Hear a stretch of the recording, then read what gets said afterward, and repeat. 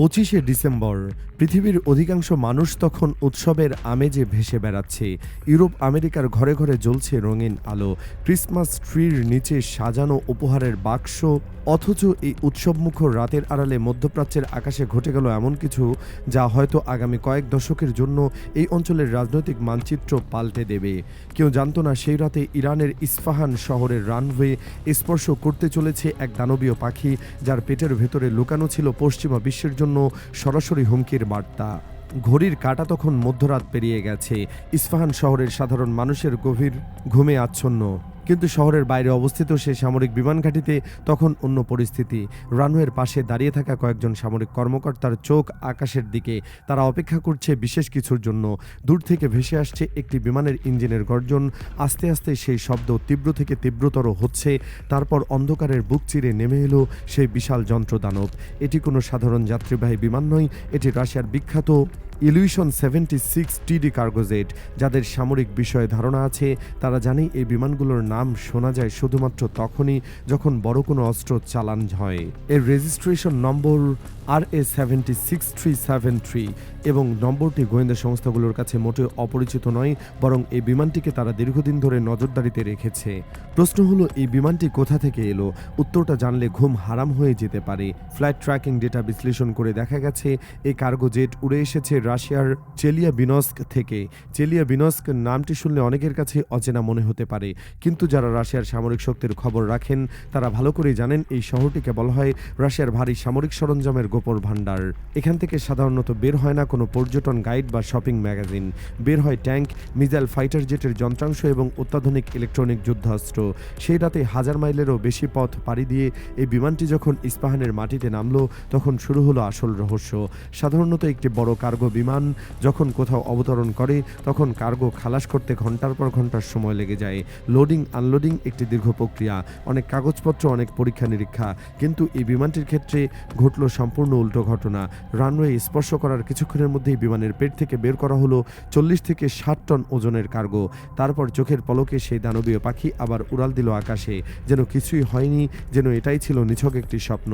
এই দ্রুততা কোনো দুর্ঘটনা নয়, এটা ছিল সুপরিকল্পিত। গভীর রাতে এই ধরনের কুইক টার্ন অ্যারাউন্ড একটাই কথা বলে। যা বহন করা হচ্ছিল তা এতটাই সংবেদনশীল যে সূর্যের আলো ফোটার আগেই তাকে লুকিয়ে ফেলার নির্দেশ ছিল। দিনের আলোতে স্যাটেলাইট ইমেজে ধরা পড়ে যেতে পারে, কোনো গুপ্তচর চোখ রাখতে পারে, তাই অন্ধকারেই ছিল সবচেয়ে বিশ্বস্ত বন্ধু। এখন আসল প্রশ্ন, কি ছিল সেই বিমানে? এই প্রশ্নের উত্তর খুঁজতে গেলে আমাদের একটু পেছনে ফিরে তাকাতে হবে। গত কয়েক বছর ধরে রাশিয়া এবং ইরানের মধ্যে একটি বড় সামরিক চুক্তি নিয়ে নানা গুঞ্জন চলছিল। এই চুক্তির কেন্দ্র ছিল রাশিয়ার তৈরি অত্যাধুনিক সুখোই 35 ফাইটার জেট। একে বলা হয় আকাশের রাজা। চতুর্থ প্রজন্মের এই সুপার ফ্ল্যাঙ্কার যুদ্ধবিমান আকাশযুদ্ধে এতটাই মারাত্মক যে প্রতিপক্ষকে ধুলোয় মিশিয়ে দেওয়ার ক্ষমতা রাখে। আর এই চুক্তি অনুযায়ী ইরান পাবে মোট 48টি এই ধরনের যুদ্ধবিমান। জুলাই থেকে অক্টোবর মাস পর্যন্ত ফ্লাইট ট্র্যাকিং রাডারে দেখা গেছে একের পর এক রাশিয়ান কার্গো বিমান তেহরান এবং ইস্পাহানে যাতায়াত করেছে, কিন্তু সেগুলো ছিল যেন প্রস্তুতিমূলক। আসল খেলা শুরু হলো ক্রিসমাসের রাতে।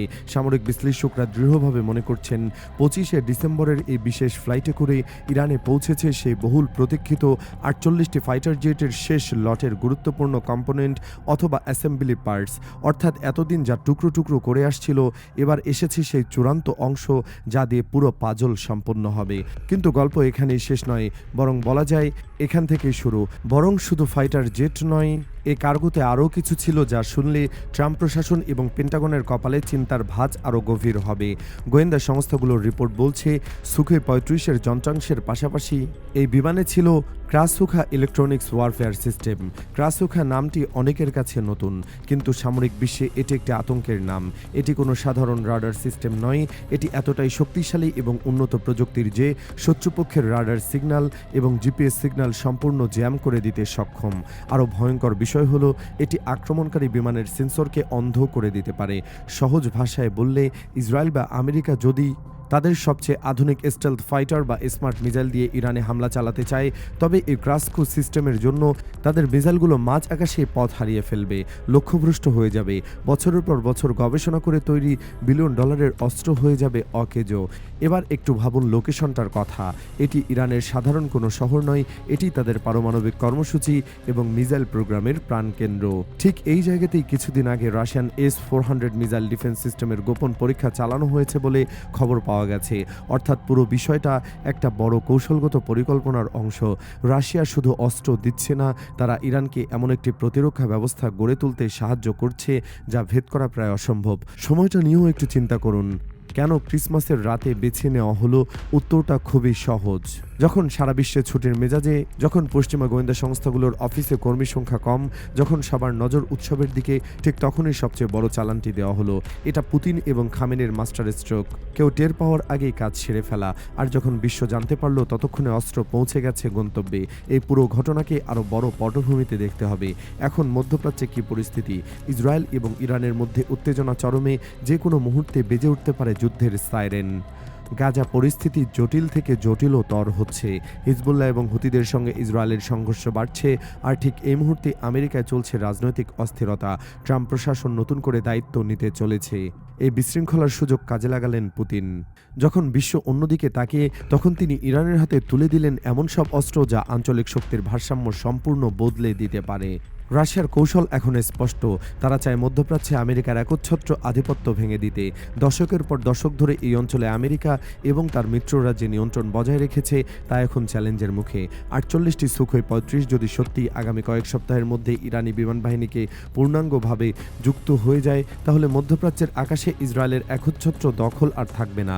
তেল আভিভ থেকে জেরুজালেম প্রতিটি শহরের নিরাপত্তা কাঠামো নতুন করে ভাবতে হবে। সবচেয়ে ভয়ঙ্কর বিষয় হলো এই অস্ত্রগুলোর সংমিশ্রণ। একদিকে আকাশের রাজা সুখোই 35, যা যে কোনো শত্রু বিমানকে ধ্বংস করতে সক্ষম। অন্যদিকে S-400 মিসাইল ডিফেন্স সিস্টেম, যা আকাশ থেকে ছোড়া যে কোনো মিসাইলকে গুলি করে ফেলতে পারে। আর এই দুইয়ের সঙ্গে যুক্ত হলো ক্রাসুখা ইলেকট্রনিক জ্যামিং প্রযুক্তি, যা শত্রুর সব ইলেকট্রনিক সিস্টেমকে অচল করে দেবে। এই তিনটি মিলে তৈরি হচ্ছে এমন এক প্রতিরক্ষা দুর্গ যা ভেদ করা ন্যাটোর জন্য দুঃসাধ্য হতে পারে। এতদিন ইরান কিভাবে লড়াই করত? ড্রোন দিয়ে, ব্যালিস্টিক মিসাইল দিয়ে, প্রক্সি যোদ্ধাদের মাধ্যমে। কিন্তু তাদের দুর্বলতা ছিল আকাশে। আধুনিক যুদ্ধবিমানের অভাব তাদের সবসময় পিছিয়ে রাখত। কিন্তু এখন এই 48টি রাজা হাতে পাওয়ার পর তাদের আত্মবিশ্বাস এখন আকাশচুম্বী। তারা এখন সমানে সমানে লড়াই করার ক্ষমতা রাখে। এটা শুধু সংখ্যার খেলা নয়, এটা মানসিকতার পরিবর্তন, এটা কৌশলগত সক্ষমতার বিশাল উল্লম্ফন। মস্কো বা তেহরানে কেউই ফ্লাইট নিয়ে কোনো আনুষ্ঠানিক বিবৃতি দেয়নি। তারা নীরব, কিন্তু আন্তর্জাতিক সম্পর্কের ক্ষেত্রে এই নীরবতাই অনেক সময় সবচেয়ে জোরে কথা বলে। তারা জানে তাদের কিছু বলার দরকার নেই। ফ্লাইট রাডারের তথ্য মিথ্যা বলে না। চেলেভিয়ানস্ক থেকে ইস্পাহান এই রুটের প্রতিটি উড্ডয়ন প্রমাণ করেছে যে পর্দার আড়ালে বড় কিছু ঘটেছে। বড় কোনো যুদ্ধের প্রস্তুতি সম্পন্ন হচ্ছে, আর পশ্চিমা বিশ্ব শুধু তাকিয়ে দেখছে। এখন প্রশ্ন হলো, ওয়াশিংটন কি করবে? পেন্টাগন কি নতুন কোনো কঠোর নিষেধাজ্ঞা আরোপ করবে, নাকি মধ্যপ্রাচ্যে তাদের পুরনো রণকৌশল বদলাতে হবে? ইসরায়েল কি একা এই নতুন হুমকি মোকাবেলা করতে পারবে, নাকি তাদের আরও বেশি আমেরিকান সহায়তা দরকার হবে? এই প্রশ্নগুলোর উত্তর এখনও অজানা। কিন্তু একটা বিষয় নিশ্চিত, 25শে ডিসেম্বরের সেই রাতে মধ্যপ্রাচ্যের শক্তির ভারসাম্য চিরতরে বদলে গেছে। ইস্পাহানের রানওয়েতে সেই রাতে যা অবতরণ করেছে তা শুধু লোহা লক্কর বা মেশিনারি নয়, ওটা ছিল পশ্চিমা বিশ্বের জন্য একটা স্পষ্ট সতর্কবার্তা। 48টি নতুন রাজা এখন ইরানের মাটিতে। তাদের পাহারায় রয়েছে রাশিয়ার শ্রেষ্ঠ ইলেকট্রনিক যুদ্ধ প্রযুক্তি। আকাশে এবং মাটিতে গড়ে উঠেছে এমন এক দুর্ভেদ্য প্রতিরক্ষা ব্যবস্থা যা এই অঞ্চলের সব হিসাব নিকাশ বদলে দিতে পারে। আগামী দিনগুলো বলবে এই নতুন বাস্তবতা মধ্যপ্রাচ্যকে কোন দিকে নিয়ে যাবে, শান্তির দিকে নাকি আরও বড় কোনো সংঘাতের দিকে। সেই উত্তরের জন্য আমাদের অপেক্ষা করতে হবে।